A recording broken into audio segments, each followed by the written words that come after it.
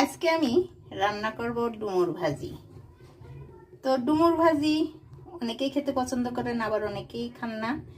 আর ডুমুর খুব উপকারী একটি সবজি বলতে চলে।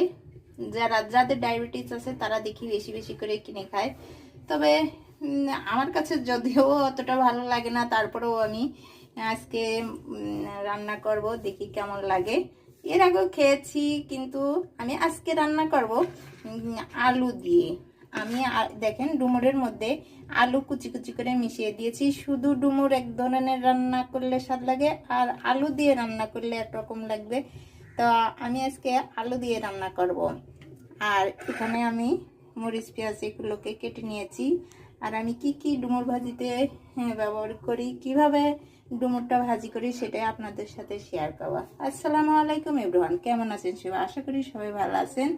তো আমার ডুমুর ভাজিটি আপনাদের সাথে শেয়ার করছি।